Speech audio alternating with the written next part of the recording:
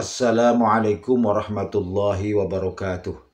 Pemirsa yang dirahmati Allah, marilah kita sama-sama ikuti tausiah dawuh wejangan dari Romo Kiai Haji Mukhlason Rosyid dari Mojokerto. Semoga apa yang disampaikan nanti kita semua bisa mengambil manfaat dan bisa mengamalkannya.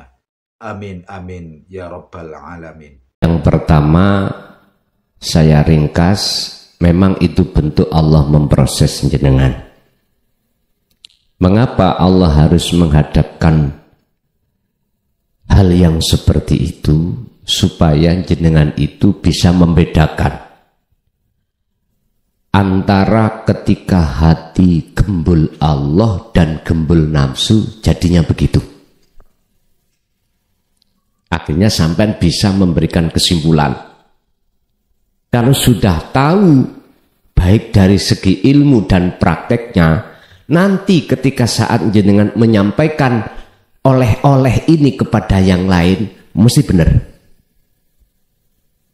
Pertama. Kedua, apa manfaatnya tawasul? Jawabannya gini. Al-a'malu suwarun qa'imatun wa arwahuha wujudu siril ikhlas fiha. Iki dawuh yang ada di kitab Hikam ini. Semua amaliyah apapun itu laksana seperti patung, tidak punya manfaat jikalau tidak ada rohnya. Tawasul niku kan ya amal kita kepada wali, kepada orang tua, kepada siapapun. Kalau jenengan tanya apa manfaatnya, enggak ada. Jikalau amal ini enggak sampean sertai roh. Roh amal apa? Wa arwahuha utawi piro-piro roh amal iku wujudu siril ikhlas fiha indalem amal. Ikhlas, Pak.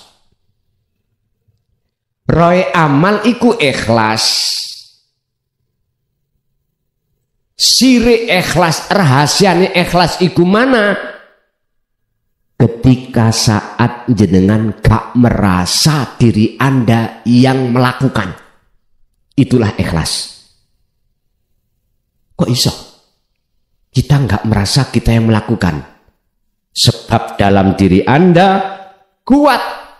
Semuanya itu sumber dari Allah, bukan dari kita. Kalau begini maka manfaatnya apa? Inilah sebagai membuka tabir hati pada Allah. Pada diri jenengan. Pada diri yang ditawasuli. Apabila yang ditawasuli itu ahli adab, harapan besar akan diampuni Allah. Karena posisi sampean itu tajalli. Keakuannya Allah yang melakukan, baik karep maupun apapun kan aku Allah lah, ngerti enggak? Makhluk kan sudah enggak ada. Terus siapa yang bisa membantah kebenaran mutlak ini kalau yang melakukan Allah? Siapa? Ayo, enggak bisa. Kebenaran yang mutlak ini enggak bisa dengan dibantah dengan apapun, Pak. Contoh.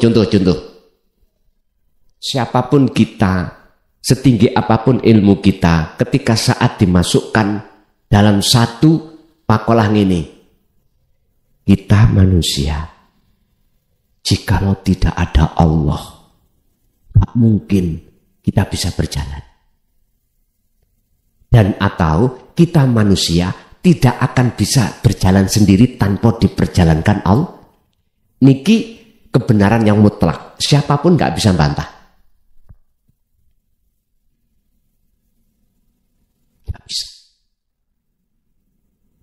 Siapapun gak bisa bantah. Cuman untuk membuka kebenaran yang selanjutnya inilah perlu guru akhirat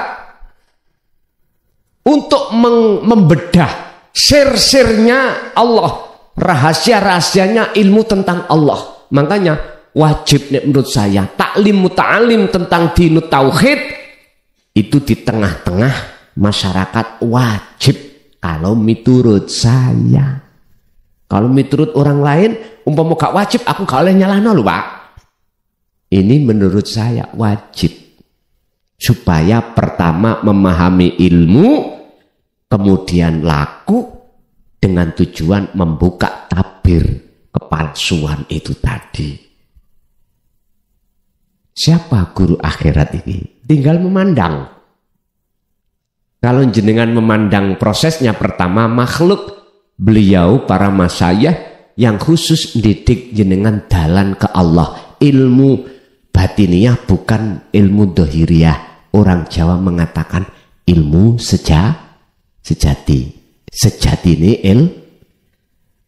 mbah dulu dawuh yaiku ngger ilmu kaweruh, yaiku ilmu tuwek. Ternyata maksudnya ilmu tauhid. Wis gak bahas ilmu syariat. Ini ya guru akhirat. Wis. Ini nanti jikalau jenengan teruskan dalam laku, akhirnya guru akhirat duduk makhluk niku. Urip. Ya wujudi Allah iku. Wong Jawa, ya iki sejatine guru. Guru kang sejati ya iki. Ternyata di mana? Dalam diri kita masing. Kalau sudah sampai di sini, maka alhamdulillah jenengan mesti benar utai puja, segala puja dan puji iku mung lillahi kagungane Allah. Pun bener pisan. Belum sampai di sini, jenengan kali kula tasik nduweni syirik. Syirik kita tasik melakukan. Sehingga menuduh guru akhirat itu adalah makhluk itu. Syirik kita. Akhirnya jenengan pujine, pujan. Wah, kok gak si A, sing nerangno, gak cetok. Gitu. Anda tidak terasa kalau berbelok arah. Dan ini perlu saya katakan karena ini juga dikatakan Rasulullah dalam Al-Quran surat Al-Kahfi 110. Qul innama basyarum mislukum. Katakan Muhammad, napa sing dikatakan Kanjeng Nabi? Innama ana basyarum, angin pestine utawi ingsun Muhammad iku basyarun manusia mislukum kang padha ambek awakmu semuanya. Aku iki padha makhluke, padha menungsane, ojo nyembah aku, ojo muja aku, puja sembahlah sapa sing tak puja. Itu Rasulullah. Akhirnya beliau melarang untuk menghambakan diri padanya, melarang untuk memuja-memuji pada dirinya, ruhaniyahnya lho Pak ya. Beliau justru untuk mengarahkan memuja-memuji menyembah pada urip pundi. Terus nak ayati ilahukum ilahu wahid, itulah Tuhanmu, Tuhan yang Maha Esa. Itu Rasulullah. Lah kok tiba ngaku-ngaku duriyai, mbuh iku duriyai tenan napa gak? Aku ya setengah curiga niku. Kok yo jikalau kau tidak memuliakan duriyai Rasul, jangan harap dapat syafaat. Allah ya Karim, umpama kita bicara kekasih Allah, Habib, bukalah Ali Imran 31. Habib itu ya apa sih? Kita hujahnya kejoan Quran. Bagaimana sih disebut Habib? Diterangkan Allah di dalam Al-Quran Ali Imran 31. Kul in kuntum tuhibbunallaha fattabi'uni. Katakan Muhammad, terus budi terhadap umatku, jikalau ingin bercinta dengan benar padaku, kata Allah, suruh ngikuti kamu. Akhirnya Rasulullah berkata, jikalau kau ingin bercinta pada Allah, ikuti petunjuk dari apa yang Allah berikan padaku. Ikuti aku. Inilah. Ikuti yang bagaimana teladani Kanjeng Nabi pundi. liman kana yarjullaha wal yaumal akhir wa dzakarallaha katsir. Al-Ahzab 21. Ikut teladani Kanjeng Nabi.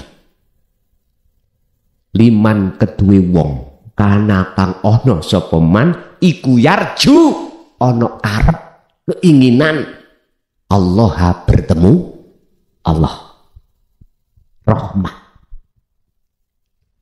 Wong iku kebanyakan atine seneng ketemu bokong semok. Apa artine bokong semok? Itu bokong-bokong niku lho Pak. Hubbus syahawah. Wa zuyyina lin-nasi hubbus syahawah. Nah niki kesenangan yang disenangi hawa nafsu, rupane kesenangan hawa nafsu, kehidupan nikmat di dunia.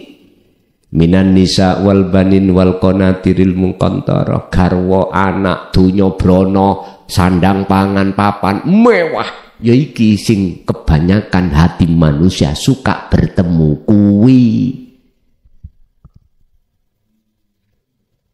Engko nek gak ketemu ati lara, nyambut gawe sampean kalih kula bondo tenaga bondo biaya jebule akhirnya dipangan werang tikus nelongso muring-muring, akhirnya ketemu tikus mesti dipateni. Iki mungkin sing ngono.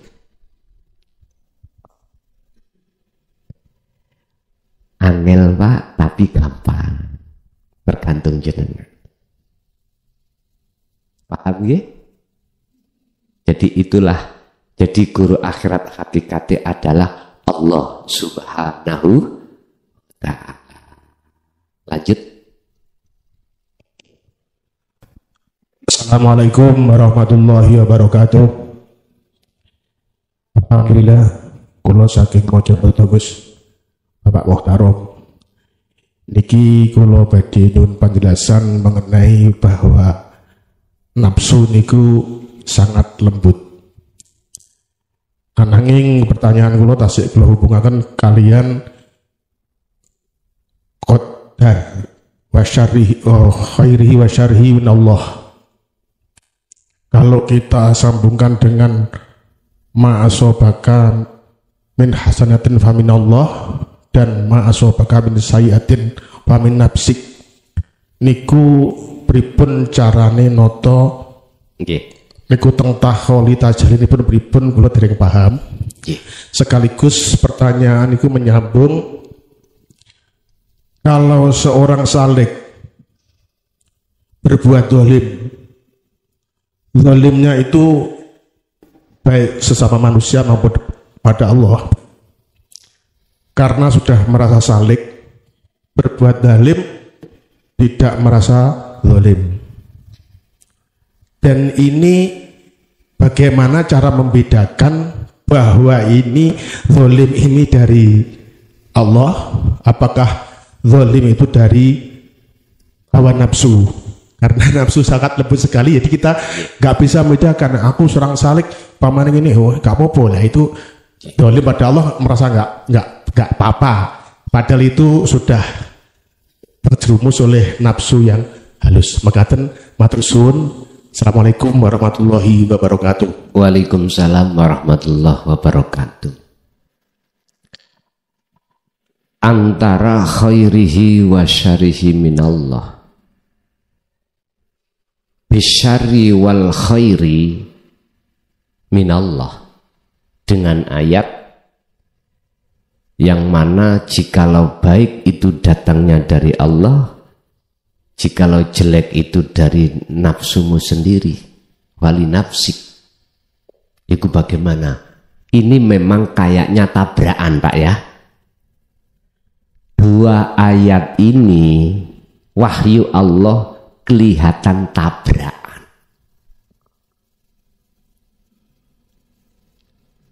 Kita kalau melihat kacamata syariat, boten paham. Jadi kita mengindikasikan dua ayat ini tabrakan. Tapi jikalau kita mau sedikit saja melihat keasliannya, enggak tabrakan. Kalau kita melihat dari kacamata hakikat itu hanya memandang Allahnya, boten memandang zahirnya makhluknya, maka ketemu Pak. Ketemu. Nafsik nun vaksin. Diri siapa? Jikalau ahli tahqiq sang pelaku iki betul-betul sudah kefanaan wujud sakliyane Allah, nafsik iku kembali kepada urip. Jadi nggak ada bedanya. Karena tidak memandang jelek dan baik. Memandang aslinya sang pelaku. Kalau kita memandang makhluknya pasti akan muncul baik dan jelek.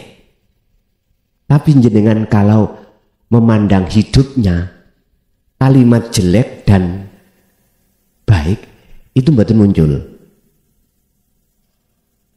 Mboten muncul. Karena apa? Selain Allah nggak ada. Lah barulah ini nggak ada satu pun ayat satu dengan yang lain yang gap, nggak ada. Itu sebuah proses aja Pak. Kita kalau di syariat memang begitu. Kita belajar untuk kalau baik datangnya dari Allah, kalau jelek itu datangnya dari diri kita sendiri. Itu maksudnya supaya kita mudah ngaku elek di mata Allah. Sing api iku cuman Gusti Allah. Supaya kita nanti mudah menetapkan sifat Adam tidak wujud pada diri kita. Sifat lemah pada diri kita. Sifat mati pada diri kita.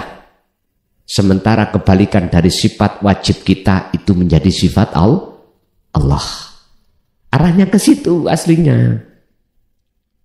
Kalau sudah sampai di situ, maka manduk-manduk. Oh iya, mosok ya tumon Gusti Allah nyolong.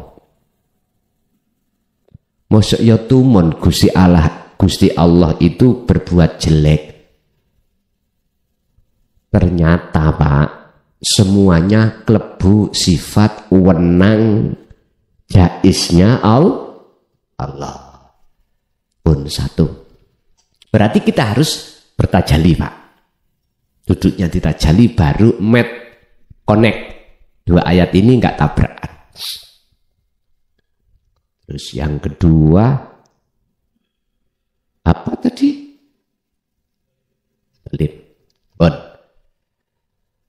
Dolim atau maksiat itu ada dua. Ada dolim secara syar'i, ada dolim secara hakiki. Ada perilaku dolim dilakukan jasmani, ada perilaku dolim dilakukan rohani. Atau gampangnya maksiat inilah.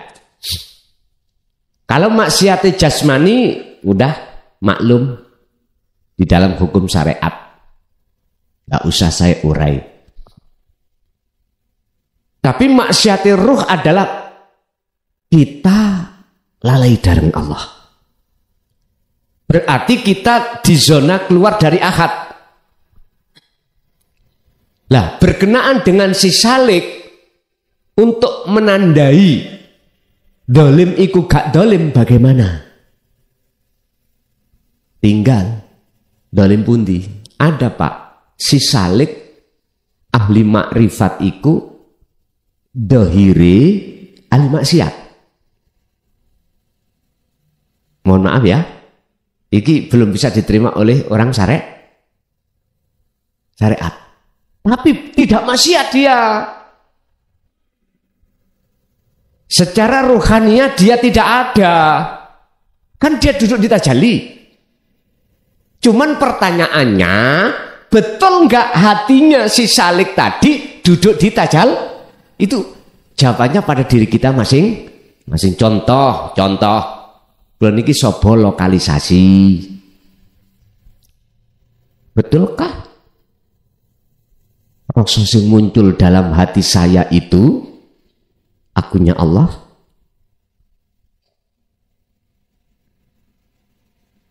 Betulkah sama antara ilmu sebagai petunjuk dengan prakteknya? Ini yang harus dipertanyakan. Mentang-mentang ilmu ini semua Allah, tapi waktu praktek gak seperti itu.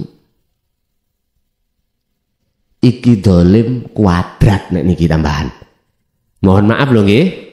Mohon maaf. Dolim jasmani uga dolim rohani. Intine Pak, tanda-tanda si salik itu tidak dolim di mata Allah. Dalam hatinya muncul akunya Allah. Keakuan diri makhluk sudah tiada. Posisi yang seperti ini mesti hatinya lalai dengan urusan apapun. Nyun sewu, ana wong gila, gendeng nilai ya, majnun. Wong gila iku terus zina, dosa mboten? Halo. Miturut hukum syariat saya tanya, ada orang gila terus berbuat zina atau mencuri, dosa enggak? Beda loh ambek gila-gilaan Pak ya. Iki gila tenan, bigori aklin. Gak duwe akal. Hukum syariat dari madhab manapun maklum, dimakfu, karena bigori aklin. Orang seperti ini wajib sholat mboten? Secara syariat mboten toh? Mboten. Makanya jenengan nek pengen gak wajib sholat gendengo. Lho nggih ta? Lak penak toh? Dan atau tidurlah Anda, atau masuklah ke alam fana.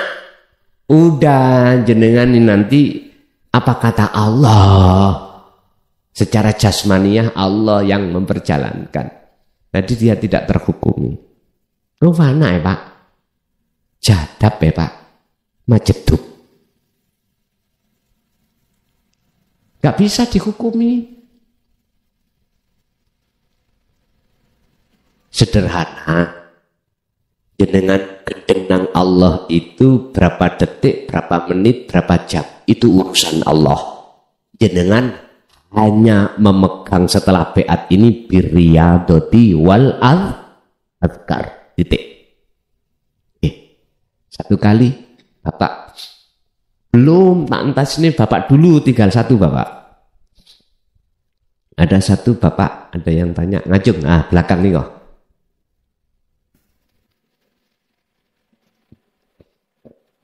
Assalamualaikum warahmatullahi wabarakatuh. Waalaikumsalam warahmatullahi wabarakatuh. Saya Murtoko dari Tulungagung. Mohon izin guru. Tadi disampaikan apabila ada yang menyampaikan, guru menyampaikan tauhid atau hakikat, ada keyakinan hati ini yang tumbuh adalah yang memahamkan adalah makhluk atau manusia itu keadaannya jatuh pada kesyirikan. Namun yang saya ingin tanyakan adalah bagaimana keyakinan saya ini ketika yang menyampaikan itu Rasulullah, Nabi Muhammad Sallallahu Alaihi Wasallam. Bagaimana keyakinan saya ini yang harus saya yakini, apakah itu dari Nabi Muhammad bin Abdillah atau dari Allah? Itu yang saya tanyakan, yang mengganjal di hati saya. Terima kasih. Wassalamualaikum warahmatullahi wabarakatuh. Innaka la tahdi man ahbabta walakinnallaha yahdi man yasha. Surat apa ini? Surat Al-Qasas 56. Mohon di cross check, Pak. Al-Qasas 56. Sing duwe paketan. Si gak duwe yo ngowoh mawon. Al-Qasas 56. Leres ah.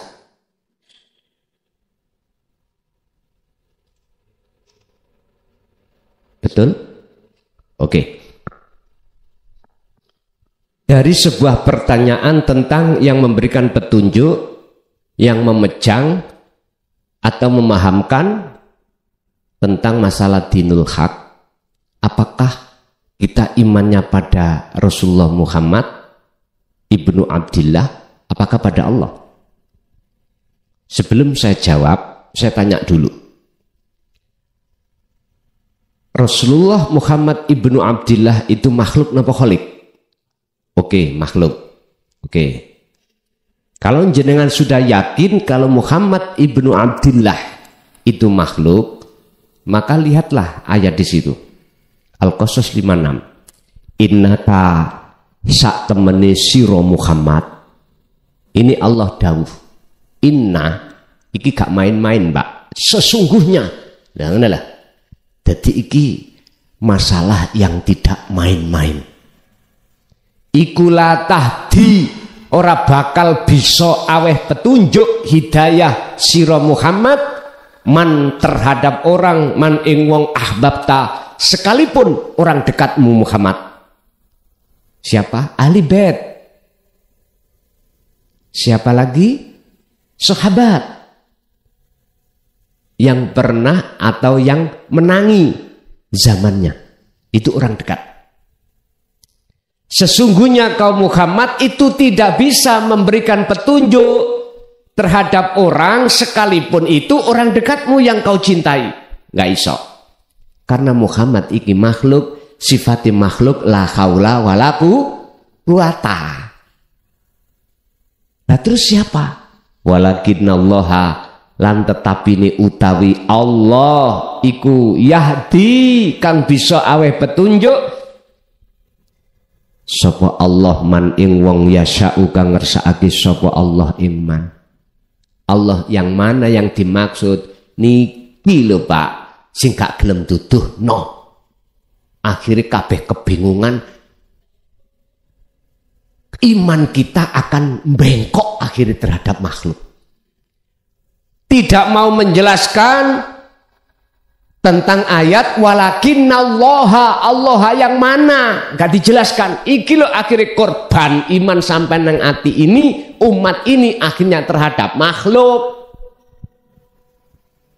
Sinten Allah iku? Kan sudah dijelaskan dalam ayat lain, ilahukum ilahu wahid, itulah Tuhan yang Maha Esa. Hidup itu yang ada di Muhammad. Weh cetok. Ini kata keras ini. Dikira gak temen. Ngapunten kula niki ndamelake dugi watu. Nek kata gredo, nek tak lus kene gak mari-mari. Harus dikrendo, dikasari terus baru wis membentuk dilus. Ngaten lho Pak. Miturut ayat ini sebagai dasar hujah, iman jenengan harus pada urip. Sampai akan bisa beriman pada Allah yang sebenarnya, manakala ono wasilah, ada sambungan, talinya ruh sampai yang beriman itu pada wujude Allah baru saged. Kalau mboten po, yang mana itu? Akhirnya kepingin dunyane iku oleh sing akeh ngaku-ngaku dadi duriyah. Lah orang pribumi berhubung gak ngerti tauhid, ya elok-elok aja. Tapi sampeyan lihat mereka yang ngerti ilmu sejati, ilmu tauhid, gak bisa katut. Sekalipun itu betul-betul duriyahnya, gak akan pernah apa tut. iman yang mengarahkan memuja kepada, menghormat kepada makhluk. Jadi apapun alasannya, saya tetap wajib mengatakan iman jenengan harus pada Allah, hidup dalam diri Muhammad, bukan makhluknya. Ibu. Assalamualaikum warahmatullahi wabarakatuh. Waalaikumsalam warahmatullahi wabarakatuh. Nggih, Gus, saya mau bertanya. Janganlah kita mati sebelum bertemu dengan Allah. Di dalam setiap aktivitas kita pagi sampai siang sampai malam. Terus gimana amalan kita kalau siang kita bisa mengingat Allah ya Gus? Kalau waktu tidur itu bagaimana? Kita melakukan dzikir sirrul asrar secara kalau kita tidur itu bagaimana? Terus yang kedua, semua ini kan Allah ya Gus. Semuanya tiada kecuali hanya Allah. Terus kalau kita sudah berpaham seperti itu, apakah masih berfungsi doa? Apakah kita harus masihkah berdoa atau mengumpulkan doa-doa mustajab itu apakah masih perlu Gus? Sampun. Wassalamualaikum warahmatullahi wabarakatuh. Waalaikumsalam warahmatullahi wabarakatuh. Orang yang hatinya sudah diletakkan Allah, ruhaniyah sudah masuk ke fana dan bertemu Allah di musyahadah, secara ruhaniyah nggak perlu. Secara ruhaniyah ya, mboten perlu. Sehingga ketika jasmaniyah itu mengatakan ud'uni, itu tidak diartikan meminta, tapi menghadap. Menghadap. Secara dohir dia mengatakan ud'uni, tapi secara batin ruhaniyah menghadap. Pak butuh, tidak meminta. Jikalau itu terjadi, tapi biasanya melihat kondisi sikon di tengah-tengah orang-orang syariah seperti itu, ya berdoa Allahumma, tapi ati iki mboten minta, tapi diartikan orang syariat tapi ruhannya sampean iku menghadap.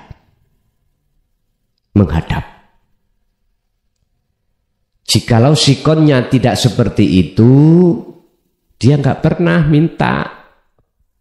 Selalu aktivitas itu diartikan menghadap. Fak butuh. Hanya itu. Yang kedua, itu tadi yang kedua ya.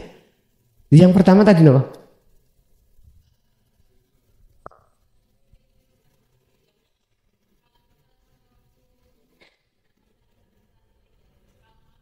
Oh ya.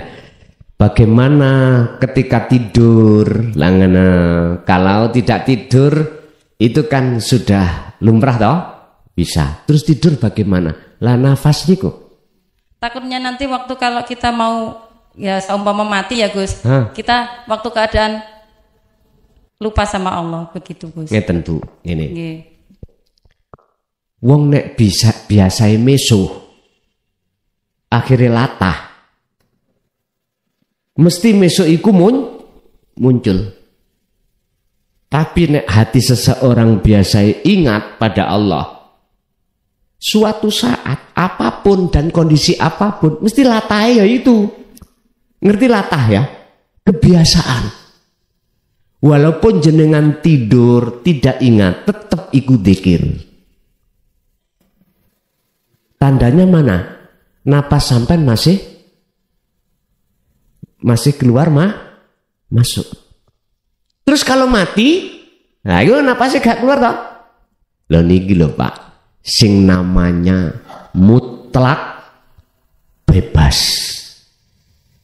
Baik secara syar'i maupun secara hakiki. Secara syar'i sampean ya wis gak mikir besok mangan apa? Wis mati ya yang kita. Wis gak mikir bojoku sesuk dipek sapa? Mikir ngoten sampean? Mboten. Dunyaku iki kok ya apa? Dunya sing wis tak kelompokno iki kok dipek sapa? Wis gak mikir, wong mati.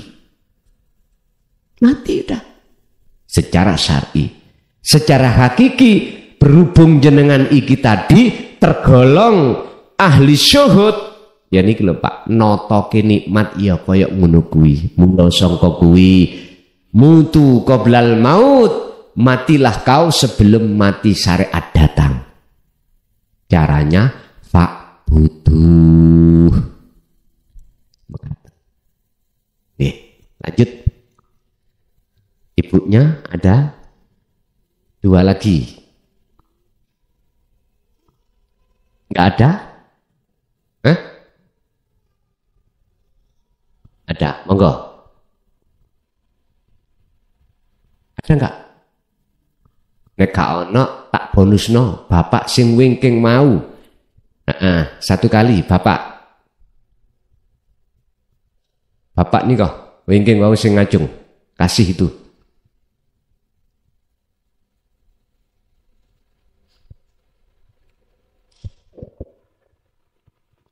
Assalamualaikum warahmatullahi wabarakatuh. Waalaikumsalam warahmatullahi wabarakatuh. Nami kula Pak Sono saking Pare, nderek tangklet Gus, mbok pilih anggen kula tangklet mengke sak mangke mboten nyocoke kula nyuwun pangapunten. Ingkang kula tanyakaken nggih menika selapan dinten kepengker nggih wonten Masjid Al-Fatah mriki Gus Muklason nate ngendikan pilih ahli hijab niku makhluk nanging ahli syuhud dereng dipun jelasaken. Mohon diperjelas Gus. Matur nuwun. Assalamualaikum warahmatullahi wabarakatuh. Waalaikumsalam warahmatullahi wabarakatuh. Ahli hijab iku makhluk, terus tinggal ahli syuhud. Ngoten. Siapa si ahli hijab itu? Ahli hati yang tertutupi oleh wujudnya makhluk. Siapa si ahli syuhud? Ahli hati yang sudah tidak ada tutup dalam hatinya pada Allah. Walaupun secara syar'i banyak makhluk, tapi bagi dirinya bukan makhluk. Tinggal melihat ahli syuhud itu duduk di nyatane wujud Allah batin, apakah sudah sampai Allah dohir. Kalau sudah Allah dohir, niki bukan cagak Pak, niki bukan gelas, ini bukan meja, niki bukan wujudnya meja. Ini bukan wujudnya gelas. Ini bukan wujudnya spidol. Bukan. Bahasa spidol, bahasa gelas, bahasa meja, itulah makhluk toh Pak. Nah itu pun hilang, berarti wujudnya sinten. Inilah proses ahadiyah menuju ke ahad untuk menyatakan wujud nyatane Allah dohir. Tapi pun diartikan yang melihat dan yang dilihat ada 2 loh Pak. Jangan sampai melihat ada 2, yang melihat dan dilihat ada 2, bingung mana sampean? Sampean ben gak bingung, sampean tilem. Sampean tilem, merem, gak usah mimpi. Itu.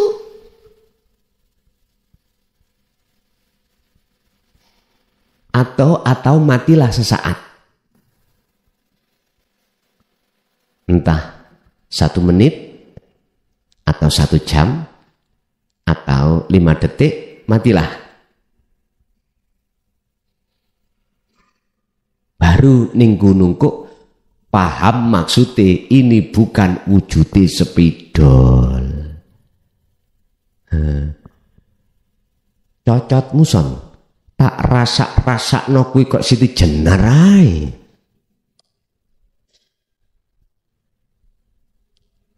Nyuwun sewu. Saya tidak menyalahkan jenengan